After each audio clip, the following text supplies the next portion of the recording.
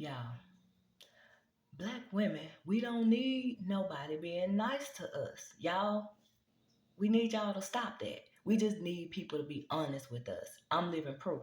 I am the proof that we need honesty instead of niceness. I grew up in a toxic home with a toxic mother, and that contributed to my life. And so I have been a toxic adult my whole adulthood, running around here in my mind thinking I'll never be like the woman who birthed me, but in reality, being identical to the woman who birthed me and didn't even realize it until now. Many of us want husbands, good husbands, but many of us can't have that because we don't even realize that we are the problem. I've been the problem my whole relationship, most of the relationship. Now, that don't mean he's been perfect, but I realized that because of a lot of the things that I did, it caused a lot of the reaction from him. So we don't even be knowing how we be sabotaging our own self because we are so toxic and we come from these toxic. My grandmother taught me how to be a wife. My grandmother taught me the traits of being a wife. My grandmother was not an angry person. Like anybody who know her, they know that you wasn't finna hear her raising her voice. She wasn't finna get mad. She wasn't finna yell at you, be angry or none of that. And my mama is the exact opposite. Like if you ask my mama right now to this day, January 15th, 2024, hey, describe your husband. She'll say, oh, he's slow, he retarded. He's slow, he retarded, you know. And me, I never describe my husband like that because I can't, he ain't slow or retarded. But anytime anybody who I know ever said anything, like even though I knew I had a good man that didn't do me wrong, I never spoke good of him. Yeah, men just men or whatever. Men just men. Like I just never would give him the credit he deserved. All because I never had a good example of a woman giving a man the credit that they deserve. Also, growing up, my mom and them used to fight, like fight all the time. And so me and my husband, we didn't go through none of that. He ain't no abusive person. He ain't the type to put their hands on you or nothing. But I did. It was times to hit the man for no reason. I mean, I know that he despised the B word. Me using the B word against him is like I may as well harm him or harm his child. It's just that bad. But I would use it against him just because I know he didn't like it. All stuff that I say my mama do. Not thinking for myself as an adult, like, girl, nobody deserves that treatment. It don't matter that you the woman. You can't be hitting nobody. You can't be calling people a B word. Cause if that man had to turn around and said the same stuff to me that I was saying to him in the moments of anger, I can't even imagine now how I would have flipped. Boy, I probably would have flipped out. And that's when we get in our feelings and like, oh, he called me out my name. Oh, he like I probably wouldn't even told the whole story. Told how I went off on him first, calling him bees first. You know what I'm saying? Just toxic. Just toxic. Throughout my adulthood, my husband, I've had friends, family, co-workers, and others, many other people tell me in a nice way that I'm the problem. I've had people tell me I need to change my attitude. The way I'm thinking is the problem. My husband been telling me that for so long, and I just argue, and never listen. I've had friends and coworkers even tell me, "Girl, you need to start just to calm your nerves because your attitude." And then me, in my mind, it was like, I'm a nice person. I'm a good person. I'm a loving person. But they don't see the good part of me. Only part they see is when somebody do me wrong and I lash out. Otherwise, I'm quiet to myself, minding my business. But then whenever somebody do me wrong and it hurt my feelings or something, then I lash out and I get labeled as the angry black woman or the whatever, not knowing that they was right. And I was wrong. I was the angry black woman, all because I had so much toxic stuff from my past built up inside of me to where I was just unleashing anger on anybody. Just I snap on anybody, like not caring. I ain't care about them jobs. I ain't care about them bosses. Like, baby, you ain't finna handle me. Just attitude. And it don't have to be that way. But at one point in time, a couple years ago, my husband, he started talking about Kevin Samuels. He was watching a lot of Kevin Samuels. He was like, just watch some of it. Just watch. I'm like, one day I was like, I was scrolling and Kevin came up and I watched one of his videos and I was like, wait, what that girl just say? I know doggone well she didn't say that. That sounded crazy. And then I watched another one and another one, and it's like I got hooked. So I was like, wait, I think that. Like, what she think, I think that. But dang, it sound dumb as hell coming out of her mouth. And then I started, just watching more and more. I'm like, oh my God. So that right there, it started the shift in me. Just even watching somebody be honest with women. Just he don't sugarcoat nothing. He don't sit there. But when I say I watch hour after hour after hour, video after video after video of woman after woman, and I could not find one person that he told wrong. The same words that he telling them women was the same stuff my grandma that was born in 1921 and my grandpa that was born in 1916. But my grandma, that's the same stuff that she was telling me about being a wife. And I realized that the way I was acting was like the modern day woman, feminism and stuff like my mother. So my grandma taught me the traits of being a wife. But I grew up around my mother with that anger, the negativity, the talking bad to men, talking bad to men, and then women, strong women, and whatever. Yeah, and that was the wrong way. That was the wrong way. But I've also had people being nice to me too as an adult. I've had people, like I said, being nice to me and try to be honest with me and tell me in a nice way. And I didn't accept it, because I ain't never been loved. I wasn't hugged as a child. I don't know how to recognize when somebody is genuine and truly loved me. It's kind of hard for me to tell because, it's like I've always been on guard because I don't know what love is. Like I never felt it for real. I never had it. I never got hugged. So now I realize that I was the problem just because I didn't have the knowledge. I didn't know how to recognize people being real. I didn't know when people truly was telling me things that I needed to hear. I've also had the mindset of, white people don't care about black people. Like, that's what I've heard all my life. That's what I've been taught all my life. And so that's the mindset that I've had. But I left a small town where black folks lived over here, white folks lived over there, and I moved to a military town that's very diverse. You got a white neighbor, black neighbor, Indian neighbor, Mexican neighbor, and you black, so y'all right there together. And so when I moved there, it was like a culture shock. It was a mind shift. It was everything to me. When I moved there, I met so many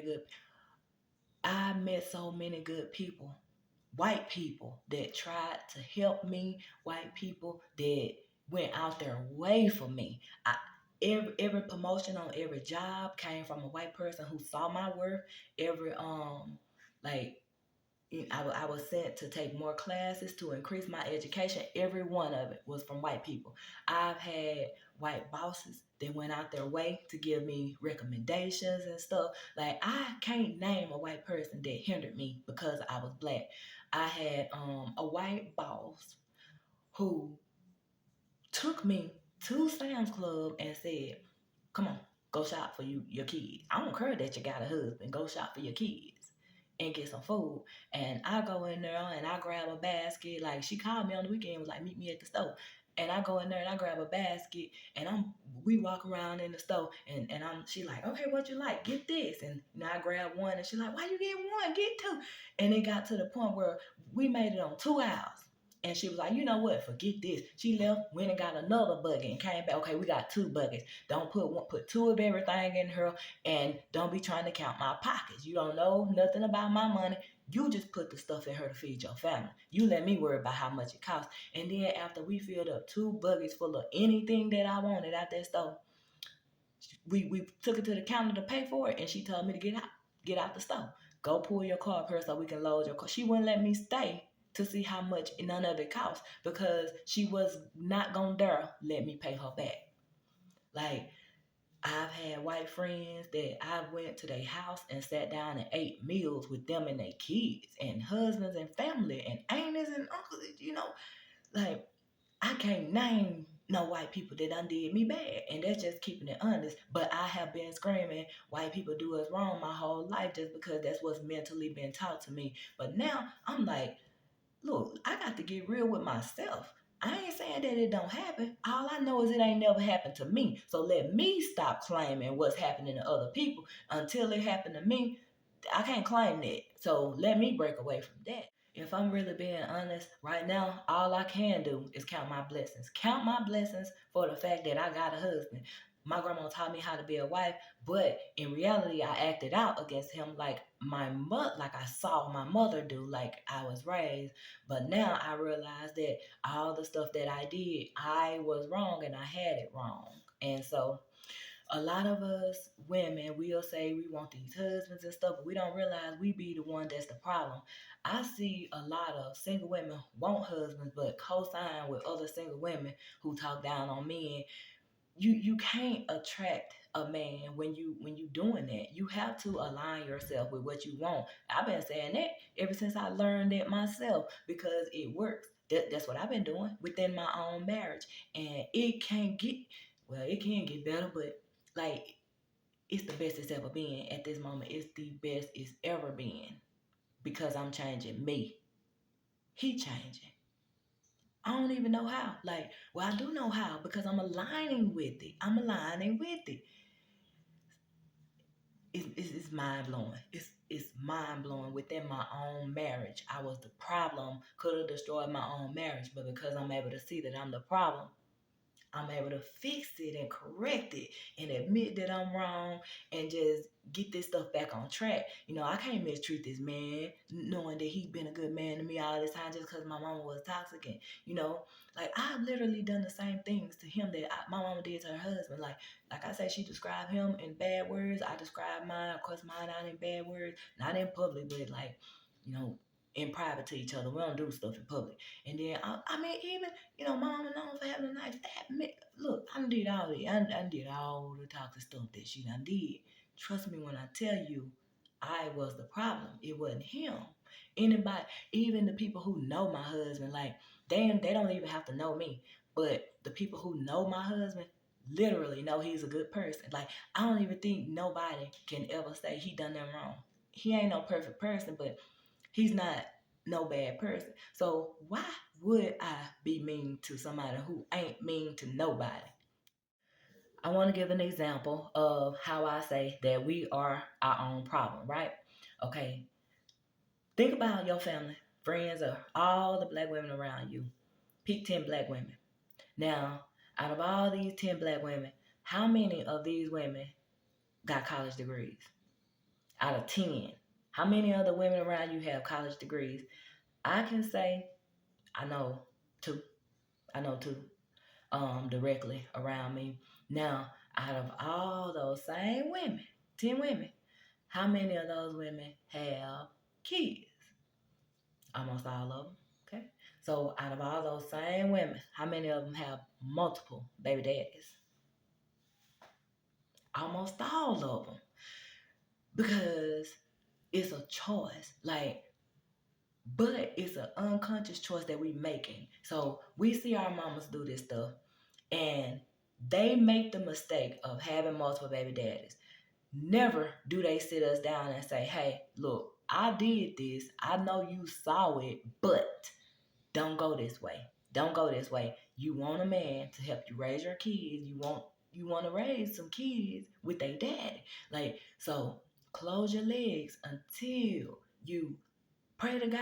And a lot of like mothers not telling us that. It's just that they shame on the mistakes that they made, so they don't go back and correct it with us. They just let us go on and make the same mistakes, and it's almost like they envy us or dislike us, like jealous of us, hating on us. I don't know, but when you do better, then it's like they don't even like you because of it. And all you really got to do is just tell them where you messed up at. So now that's what I'm doing with my daughter, because I wasn't hugged and loved and all that as a kid. I realized that I haven't been hugging and loving I got an 18-year-old son that didn't get hugged through most of his childhood because I was toxic like my mom. Like my mom growing up, nobody hugged me, showed me love, and I wasn't familiar with it. And so with my children, they ain't familiar with it neither. Cause how I'm gonna do something for them that I ain't never had and don't know nothing about. But until I started learning this on my own, I started changing it. And I make my kids give me a hug. Hey, grab hands, let's pray. Come on, let's do this. Like we finna give God time. You could come and give me a hug. And nope, you're not finna let me go. Hug me longer, squeeze me tighter. Like that's what I do with my kids. I literally do this stuff now just because I want to change every single thing that I've ever did. Like there ain't been love because I wasn't love, but I'm changing it actively right now on my own, January 15th, 2024. And that's exactly why I say we need realness, because the people who was nice to me, I never listened. But until somebody actually got real in my face and was just honest with me, that's what opened my mind. That's what got me started and like, okay, this stuff is right. So females today have multiple baby daddies. Now, who's saying something wrong with it? Like, I'm not just because I state that fact and it's true, that don't mean I'm talking down on you. But what I'm saying is this: just because that happened, you don't have to continue to let it happen. If you have a daughter, she ain't gonna automatically think better. She not gonna automatically think like she gonna have to see examples, other examples, whether it's you or whether it's somebody else. So what you doing in your life right now, your daughter is watching. If you got multiple daughters, they all watching you. If you got baby daddies, they know that these kids ain't dumb. They see it with their own eyes. But they need to be hearing you tell them, I messed up. I shouldn't have done this. I should have slowed down and prayed about it. These kids need to hear these words. We can't assume that they're going to know. We have to break the cycle with our daughters, and we have to do it now. Our parents, they're not going to tell us this. We have to know it on our own. And I'm a sister, so I'm letting you know it because somebody let me know it, and I need to know this.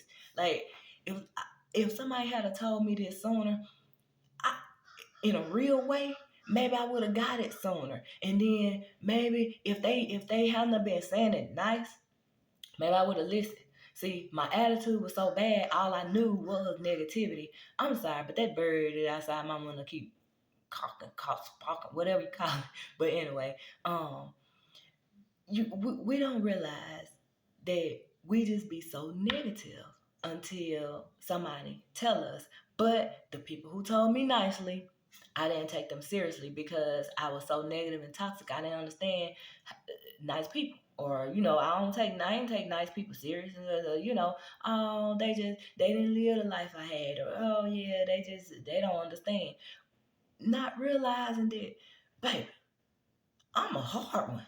I done had it rough, baby. I'm rough and tough, just like the rest of y'all out there. And y'all need to hear somebody tell y'all, hey, you the problem. It's your attitude, that stereotype that we living in is true.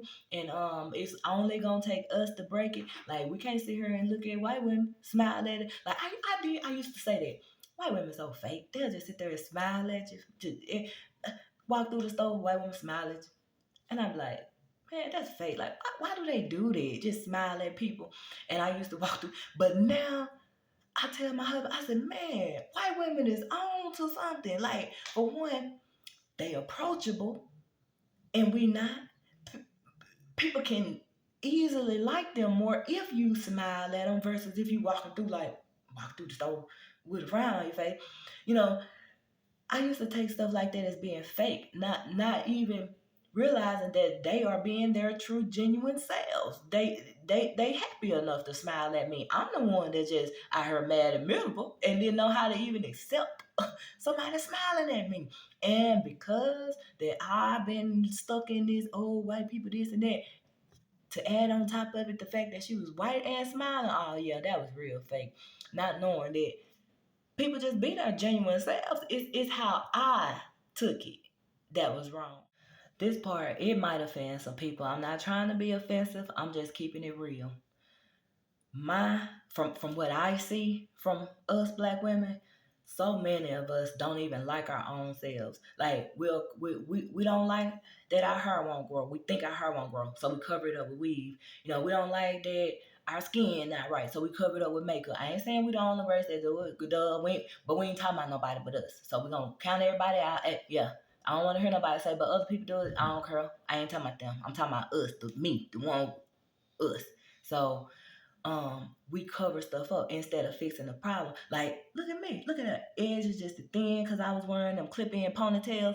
But instead of covering it up, what I've been doing, researching how I done went about some Blue Magic. I done bought some oils. I done mixed up some stuff. Just I don't know if it's gonna work, but all I can do is just try to make myself better instead of just blaming somebody or something else. Another toxic thing is the gossip. Like, we are the most negative gossiping people ever. Every event that you go to, when you click up with black women, it's like you with your group and they like, oh, look at her, what she got on. Or look, black women is the most gossiping women. We will talk about like, even though I messed up my edges by clipping in them bangs and ponytails and stuff, I'll go stand in the store right now. And about a month ago, standing in line, her similar to this, and black females in front of me looking back, whispering by my edges, laughing, but they had wigs on, whole hats of hair on their head. See what I'm saying? Like, we don't even be thinking. We just naturally toxic. We naturally toxic. But the whole time I'm listening at these females, looking back, kicking about my thin edges with a whole wig on. You see, I went to a funeral. And my tags was out. And there was a group of black females that was at the funeral, supposed to be crying over this close one that passed away, but they was standing there laughing at my tags when I got ready to line up, and in my mind thinking, cry, heifer. You supposed to be here to cry. And you were laughing at my tags. That means you fake. Why you even come to this funeral to pretend when I'm here crying over a loved one for real? You see what I'm saying? We sabotage ourselves because people not being honest with us.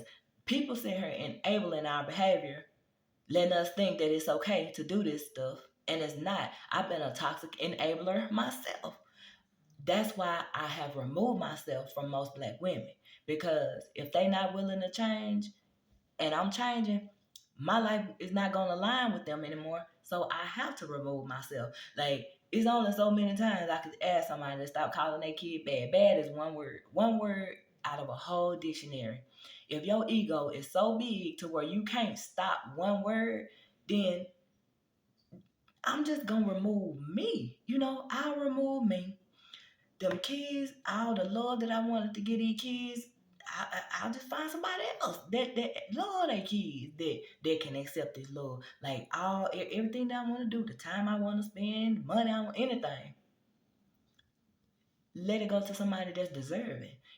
Somebody whose ego is not so big and they so toxic to where you so toxic to your own child that you refuse to let somebody love them. That's bad. That's bad. And that's why I also encourage young mothers who mistakenly have kids to give them kids away. Our ego. People tell black women, you shouldn't give your kids away. You need to keep your, like, we get shamed into keeping kids that we don't want, that we even accidentally made. But adoption is there for a reason. So like I have friends now that would love to have kids and would be great mothers. Then I have other people that call their kids bad. And it's like the ones who call their kids bad is over here just being toxic. And you try to tell them, hey, this toxic behavior, you messing up. But then these over here that ain't got kids is like, oh man, I would just love them kids so much. And I was just, and here I am, grew up in a toxic home with an auntie who was begging for me, but a mama with an ego who wouldn't give me away. And here I am, me, the result of all that as an adult. Like, why did she keep me? Why didn't she just give me away? Like, why? Ain't nothing wrong with it. My life would have been better. Why do I have to suffer? Because you, as the mother, is selfish with your ego.